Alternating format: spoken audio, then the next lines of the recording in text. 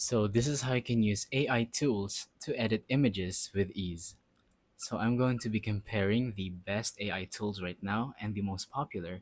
So let's start with ChatGPT. Now I'm going to send an image from my gallery over here, add, and now we're gonna do a prompt. Something like, give this girl a hat. There we go. Now it's going to start generating the image with the girl having a hat, but do expect that it's going to be a bit slow because as you can see, lots of people are creating images right now, so it might take a bit.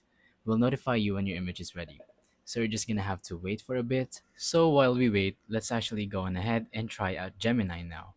So I'm going to, once again, send an image from my gallery, attach, and now let's tell it to add a hat or give this girl a hat. And now it's going to start creating this image with the girl having a hat. But actually, Gemini can't edit images. So if you're going to try to edit your images with Gemini, it can't do that.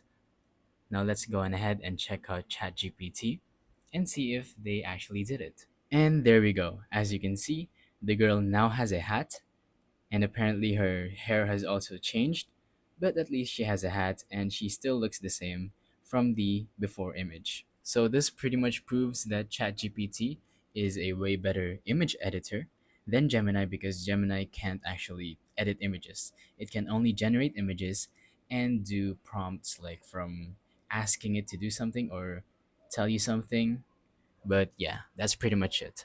So, thank you for watching. Don't forget to leave a like, subscribe, and let us know in the comments down below if the tutorial works or if you have any questions.